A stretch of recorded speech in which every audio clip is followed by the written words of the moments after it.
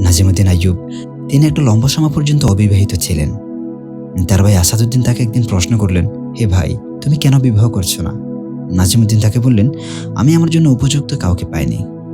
আসাদুদ্দিন বললেন, আমি কি তোমার জন্য একটি প্রস্তাব দিব?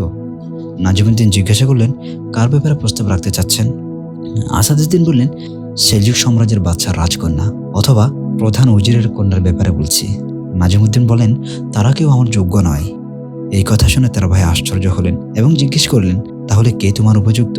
নাজিমুদ্দিন উত্তর দিলেন, আমি একজন সালিহা জীবন সঙ্গিনী কামনা করি, যে আমাকে হাত ধরে জান্নাতে নিয়ে যাবে। তার গর্ভ থেকে আমার ঘরে এমন এক সন্তান জন্ম নেবে যাকে সে উত্তম রূপে প্রতিপালন করবে। আমার সন্তান যুবক বয়সে উপনীত হবে, সে হবে সুদক্ষ অশ্বারোহী। সেই বাইতুল মাকদিসের স্বাধীনতা উম্মহের কাছে ফিরিয়ে আনবে। আসাদুদ্দিন এবার আর আশ্চর্য হলেন না। তিনি জিজ্ঞাসা করলেন, তুমি এমন মেয়ে কোথায় পাবে?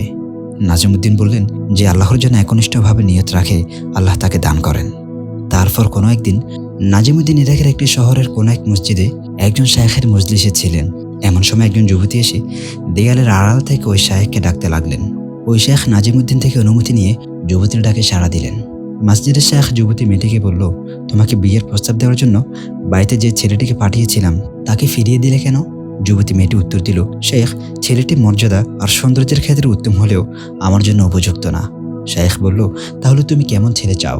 তখন যুবতী মেয়েটি উত্তর দেয়, আমি এমন একজন যুবককে কামনা করি যিনি আমাকে হাত ধরে জান্নাতে নিয়ে যাবে, আর আমার গর্ভে তার এমন এক সন্তান জন্ম নেবে যে হবে অভিজ্ঞ অশ্বারোহী। সে বাইতুল মাকদিসকে মুসলিম উম্মাহের অধীনে ফিরিয়ে আনবে।